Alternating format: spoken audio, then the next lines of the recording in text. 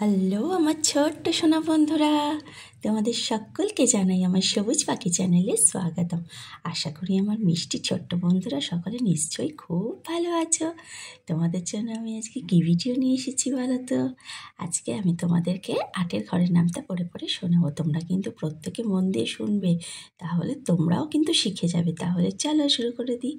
আট একে আট, আট দুগুণে 16, 3 আটে 24, 4 আটে 32, 5 আটে 40, 6 আটে 48, 7 আটে 56, 8 আটে 64, 8 9 72, 8 10 80।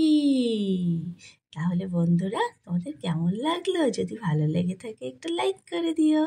তোমাদের সাথে দেখা হচ্ছে আসছে দিন একটা নতুন ভিডিও নিয়ে। আজকের মতো টাটা।